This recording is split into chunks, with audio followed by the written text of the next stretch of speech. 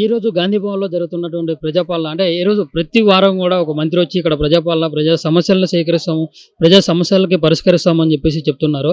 ఇక్కడ ప్రజలైతే రావడం జరిగింది. ఈ రోజు మొత్తం కూడా ఇక్కడి నుంచి అక్కడి వరకు మీరు చూసినట్లయితే మొత్తం కూడా క్యూలో నిలబడి ఉన్నారు. ఇక్కడ వీళ్ళ సమస్యలు ఏంది అనేది కొంతమంది సమస్యలు తెలుసుకునే ప్రయత్నం చేద్దాం. చెప్పండి అన్న, మీరు ఎక్కడి నుంచి వచ్చారు, మీ సమస్య ఏంటి? నేను సంగారెడ్డి డిస్ట్రిక్ట్ నుంచి వచ్చాను. నేను డిఎస్సి గురించి వచ్చాను. స్పోర్ట్స్ కోటాలో డిఎస్సిలో మా డిస్ట్రిక్ట్లో 4 పోస్టులు ఉండే. ఆ 4 పోస్టులో 12 మందిని 1:3లో పిలిచారు. సర్టిఫికేట్ వెరిఫికేషన్ అయింది 3వ తారీఖు నాకు అది. అయితే ఏం చేశారంటే నాకు ఇవ్వకుండా, అంటే నాకే కాదు ఆ 12 మందిలో స్పోర్ట్స్ వాళ్ళకి ఇవ్వాలి. 3 పోస్టులు ఏమో నాన్ స్పోర్ట్స్ వాళ్ళకి ఇచ్చారు. అంటే స్పోర్ట్స్తో సంబంధం లేని వాళ్ళకు ఇచ్చారు. ఒకటేమో స్పోర్ట్స్ వాళ్ళకి స్పోర్ట్స్ వాళ్ళకి ఇచ్చారు. అది కూడా అతనికి స్పోర్ట్స్ ఏంది ఉంది అంటే డిస్ట్రిక్ట్ పార్టిసిపేటే చేసిండు అతను, జూనియర్ కూడా అతనికి ఇచ్చారు. మేము నేషనల్ ఆడినాం, మాకు ఇవ్వకుండా అతనికి ఇచ్చారు. అతనికి నాకేమో 51 మార్క్స్ ఉంది, నాకు ఇవ్వలేదు. నేషనల్ ఆడినా నాకు ఇవ్వకుండా అతనికి 33 మార్క్స్ వచ్చినాయి. స్టేట్ పార్టిసిపేటే ఉంది అతని సర్టిఫికేట్, అతనికి ఇచ్చారు జాబ్. మాకు న్యాయం చేయాలని మేము నెల రోజుల నుంచి ప్రతి ఆఫీస్ చుట్టూ తిరుగుతున్నాం, కానీ మాకు న్యాయం జరుగుతలేదు. దీని మీద మంత్రి గారితో వేడుకుందామని వచ్చాను నేను ఇంత దూరం. ఇప్పుడు గతంలో ఎట్లాంటి ప్రయత్నాలు చేశారు అంటే ఈ విషయం మరి మీ లోకల్ ఎమ్మెల్యే దృష్టికి తీసుకువెళ్ళారా? అందరికీ తీసాం. ఆల్రెడీ డిఓ కలెక్టర్ ఇక్కడ సెక్రటరియట్కి వెళ్ళినాము, డిఎస్సి ఆఫీస్కి వెళ్ళినాం, కానీ చేస్తామని అంటారు. కానీ ఇప్పటి వరకు ఏం స్పందించలేరు అధికారులు. అందుకే న్యాయం చేయాలని మంత్రి దగ్గరికి వచ్చాను ఈరోజు గాంధీ భవన్కి. నేను పొంగులేటి శ్రీనివాసరెడ్డికి మా బాధను చెప్దామని వచ్చాము. 2024 డిఎస్సిలో మొత్తం పోస్టులు స్పోర్ట్స్ కోటా కింద 100 ఉండే. అందులో స్పోర్ట్స్ వాళ్ళకు జస్ట్ 30 మందికే ఇచ్చారు. మిగతా పోస్టులు ఏమో నాన్ స్పోర్ట్స్, అంటే స్పోర్ట్స్ వాళ్ళతో సంబంధం లేని వాళ్ళకు ఇచ్చారు. ఇది చాలా అన్యాయంగా అధికారుల ఒక నిర్లక్ష్యం వల్లనే ఇది జరిగింది. కాబట్టి న్యాయం చేయాలని మేము కోరుతున్నాం. నేను ఆల్రెడీ నేషనల్ ఫెన్సింగ్ ఆడినా, ఆల్ ఇండియా యూనివర్సిటీ ఆడినాను, కానీ మాకు ఇవ్వకుండా స్టేట్ వాళ్ళ ఇప్పుడు 30 మందికి ఎవరికైతే ఇచ్చారో వాళ్ళందరికీ స్టేట్ వాళ్ళ ఆడిన వాళ్ళకే ఇచ్చారు. నేషనల్ వాళ్ళకి ఎవరికి ఇవ్వకుండా మాకు అన్యాయం చేశారు. కాబట్టి మేము న్యాయం చేయాలని మేము కోరుకుంటున్నాము. అన్న నమస్తే అన్న, మీరు ఎక్కడి నుంచి వచ్చారన్న, మీ సమస్య ఏందన్న? నా పేరు నాగరాజ్ అండి, మాది పాలకుర్తి నియోజకవర్గం, మహబూబాద్ జిల్లా. మా బ్రదర్ను బీఆర్ఎస్ ప్రభుత్వం ఉన్నప్పుడు బీఆర్ఎస్ నాయకులు చంపారండి.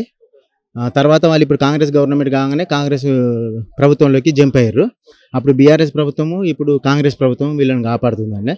నేను ప్రజావాణిలో 6 సార్లు ఇచ్చాను, డీజీపీ ఆఫీస్ చుట్టూ 6 సార్లు తిరిగినాను. నెక్స్ట్ పోతే ఇక్కడ గాంధీ భవన్ చుట్టూ తిరుగుతూనే ఉన్నాను.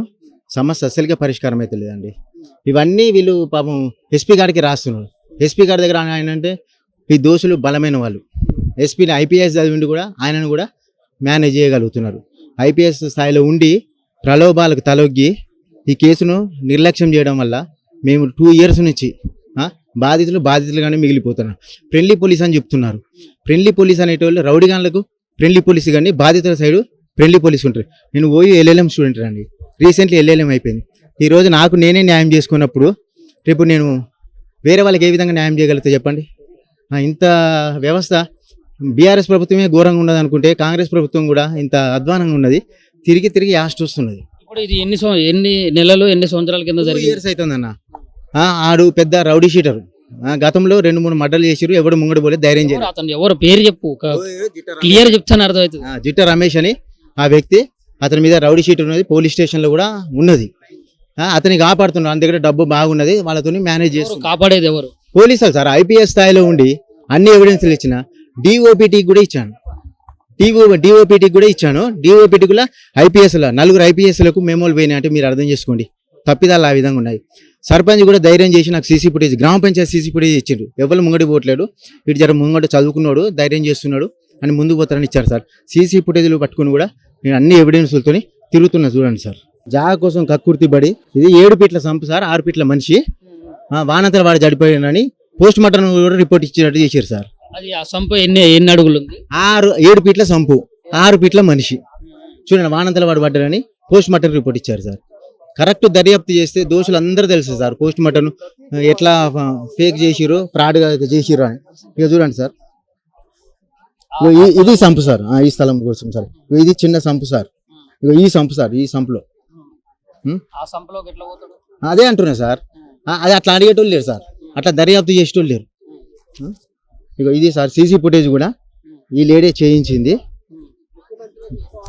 అంటే ఆమె చేయించింది. మా ఇంటి పక్క సార్ స్థలం కోసం కన్నుబడ్డది, అమ్మమంటే మేము అమ్మలేము, అమ్మనందుకు ఈ నిర్ణయం తీసుకుంటాం వేరే రూట్లో, అంటే మేము ఫైండ్ అవుట్ చేయము అని. ఇక చూడండి సార్, మొత్తం సీసీ ఫుటేజ్లే పెట్టిన, గ్రామ పంచాయతీ సీసీ ఫుటేజ్ సార్, ఇదే మా ఇంటిది కూడా కాదు. ఇక ఈసారి ఇక ఆర్ఎంపీ డాక్టర్ వీనితో చేతులు కలిపి మా బ్రదర్ నలుగురిని కొట్టే అంత కెపాసిటీ ఉంటుంది. అక్కడ మత్తు మంది ఇచ్చారా ఏం చేశారో కూడా తెలియదు. చూడండి సార్, మొత్తం అన్నీ. అన్న ఫైనల్ గా ఇప్పుడు మీ డిమాండ్స్ ఏందన్న? మీ దగ్గర మొత్తం పోలీసులు కూడా చూడండి, పోలీసుల చుట్టూ కూడా ఏ విధంగా తిరిగామో, ఎస్ఐ, సిఐ, ఎస్పీ, చూడండి సార్,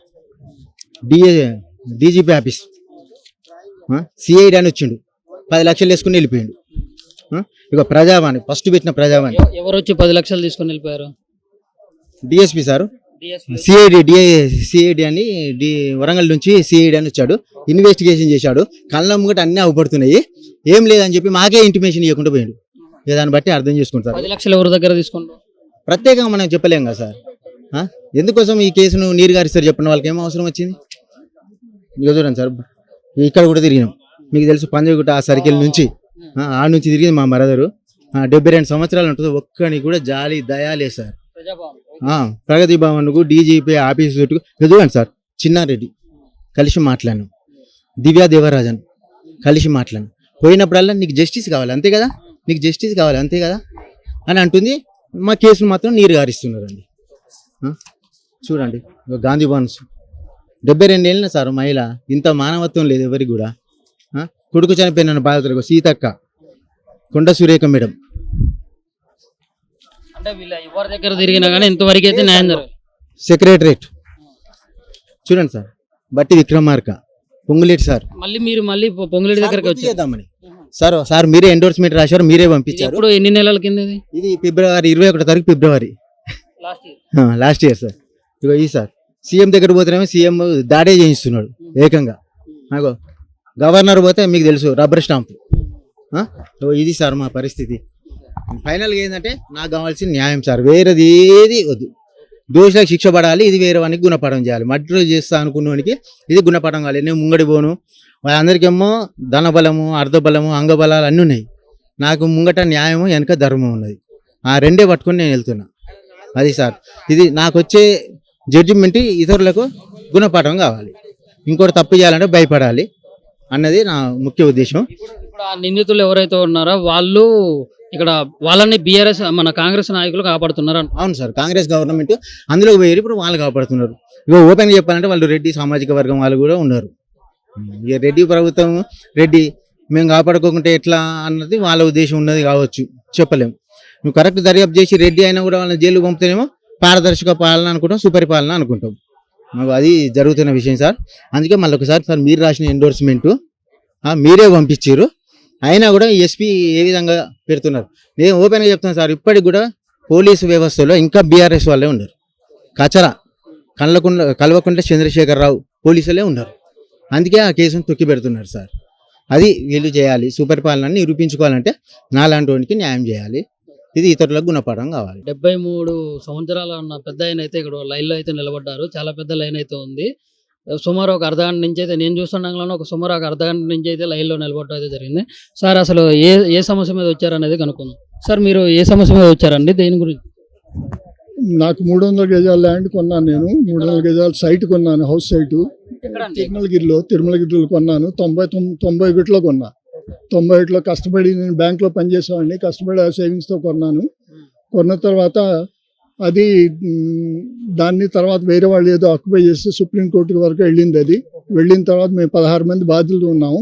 దాంట్లో 49 ప్లాట్లు వేశారు, 35 మంది ఇల్లు కట్టుకున్నారు. డబ్బులు లేక మిగిలిన వాళ్ళు కట్టుకోలేదు. ఆ 16 ప్లాట్లే వేరే వచ్చి ఆక్యుపై చేస్తే దాన్ని సుప్రీంకోర్టు వరకు వెళ్ళి దాన్ని క్లియర్ చేసుకొచ్చాము. వచ్చిన తర్వాత 2016లో అదేమైందంటే 2016లో వీళ్ళు వక్ఫ్ వాళ్ళు ఒక నోటిఫికేషన్ ఇచ్చారు, ఈ ల్యాండ్ మాదని. ఏది అది కొన్నది ఎప్పుడు ఒరిజినల్ ల్యాండ్ నిజాం ముందు కొన్నారు, 1942లో కొన్నది. గవర్నమెంట్ ఆక్షన్ చేసింది. ఆక్షన్ చేసిన తర్వాత ఎవరో కొనుక్కున్నారు, వాళ్ళు ఎవరికి అమ్మారు, వాళ్ళు లేఅవుట్ వేశారు. లేఅవుట్లో 35 మంది ఇల్లు కట్టుకున్నారు, మిగిలిన 16 మంది అట్లా ఉండిపోయామన్నమాట, ఇల్లు కట్టుకోలేని వాళ్ళు. ఇప్పుడు అదేమో 2016లో వక్ఫ్ వాళ్ళు ఒక ఎవరికంటే సబ్ లెటర్ ఇచ్చారు, సేయింగ్ దట్ ఇది మాది, వక్ఫ్ ల్యాండ్ మీరు రిజిస్ట్రేషన్ చేయొద్దు దీంట్లో అని. సో మేము అమ్ముకుంటాక లేదు, ఇల్లు కట్టుకుంటాక లేదు. సో కలెక్టర్ దగ్గరికి వెళ్తే కంటోన్మెంట్గా వాళ్ళు అన్నారు ఎన్ఓసి తీసుకురండి కలెక్టర్ దగ్గర అన్నారు. కలెక్టర్ దగ్గర 1.5 years తిరిగిన తర్వాత కలెక్టర్ తిప్పించి ఫైనల్గా ఏమన్నారంటే ఇది వక్ఫ్ వాళ్ళదండి, మేము అది 21C ఉంది, 21A అయితే మేము తీస్తాము, 21C ఉంది కాబట్టి మేము తీయలేము దాన్ని, సో మేమేం చేయలేమన్నారు. సో అంటే మళ్ళీ ఇప్పుడు ఏంటంటే అది 1942లో అమ్మిన ల్యాండ్ ఇప్పుడు 2016లో వక్ఫ్ మా ల్యాండ్ అని అది క్లెయిమ్ చేసింది. మీరు కోర్టును ఆశ్రయించారు. కోర్టు ఇప్పుడు దాంట్లో ఏమైందంటే మీకు అది కూడా చూపిస్తాను. ట్రిబ్యునల్ ఒక జడ్జి వక్ఫ్ వాళ్ళు కమిషనర్ సర్వే సెటిల్మెంట్కి కేసు వేశారు. ట్రిబ్యునల్ కాదు దాన్ని ఏమంటారు, ఎవరైతే ల్యాండ్ కొన్నారో ఆయన కమిషనర్ సర్వే సెటిల్మెంట్కి అపీల్ చేశాడు. అపీల్ చేసి కమిషనర్ సర్వే సెటిల్మెంట్ ఇది అపీల్ చేశాడు. అపీల్ చేస్తే ఆయన జడ్జిమెంట్ ఇచ్చారు ఏమని, ఇది వక్ఫ్ ల్యాండ్ కాదు అని. కానీ దాన్ని ఇంప్లిమెంట్ చేయరు గవర్నమెంట్, ఎవరు రెవెన్యూ వాళ్ళు ఇంప్లిమెంట్ చేయట్లా. Commissioner survey settlement highest authority స్టేట్లో ఆయన జడ్జిమెంట్ ఇచ్చాడు. ఇది ఎప్పుడు చూడండి, ఈ జడ్జిమెంట్ ఇంప్లిమెంట్ చేయరు వీళ్ళు. ఇది 2008లో అండి ఇది జడ్జిమెంట్ ఇచ్చింది. దాన్ని ఇంప్లిమెంట్ చేయరు. దాని తర్వాత ఏమైంది, కొందరు వేరే వాళ్ళు ఏం చేశారు, వక్ఫ్ ట్రిబ్యునల్కి వెళ్ళారు. దాని మీద ట్రిబ్యునల్ కాదు, వక్ఫ్ బోర్డే ట్రిబ్యునల్కి వెళ్ళింది. వక్ఫ్ బోర్డు ట్రిబ్యునల్కి వెళ్ళింది ఏమని, ఈ ల్యాండ్స్ మావని. వక్ఫ్ ట్రిబ్యునల్ వాళ్ళు కొట్టేశారు ఈ ల్యాండ్ మాది కాదని, అంటే మీది కాదని. ట్రిబ్యునల్ వాళ్ళు జడ్జిమెంట్ ఇచ్చారు సేయింగ్, బట్ దీన్ని ఇంప్లిమెంట్ చేయరు. వక్ఫ్ ట్రిబ్యునల్ వాళ్ళు, వక్ఫ్ బోర్డు వాళ్ళు, అట్లాగే ఈ రెవెన్యూ వాళ్ళు దీన్ని ఇంప్లిమెంట్ చేయరు. ఇద్దరు కలిసి నాటకాలు ఆడుతూ ఉంటారు. అది ఎవరో పట్టించుకోరు, కామన్ పీపుల్ కదా. మేము ఇప్పుడు ఇన్ఫ్లుయెన్స్ ఉంటే పట్టించుకుంటాం, ఇన్ఫ్లుయెన్స్ లేదు కదా, ఎవరో పట్టించుకోరు. అందుకని కనీసం రిప్రజెంటేషన్ ఒక రాయేసి చూద్దాం ఏమన్నా అవుతుందేమో వచ్చాము, ఇంకేం లేదు. అంటే ఇప్పుడు పొంగులేటి శ్రీనివాసరెడ్డి గారితో చెప్పుకుంటే ఏమైనా సాయం చేశారు అన్న ఉద్దేశంతో మీరు గాంధీ భవన్కి వచ్చారు. అంతే కదా. ఏదన్నా ఒక రాయేస్తే ఇప్పుడు అన్ని కోర్టులో కూడా కేసు వేసాము. అది ఇంకా 6 ఏళ్ళు అయింది ఇప్పుడు, ఇంతవరకు హీరింగ్కి రాలేదు అది. సో కనీసం ఒక చెప్తే ఏమన్నా వింటారేమో. కలెక్టర్ చుట్టూ కలెక్టర్ అప్లికేషన్ కూడా ఉంది. కలెక్టర్ చుట్టూ 1 సంవత్సరం తిరిగాను నేను.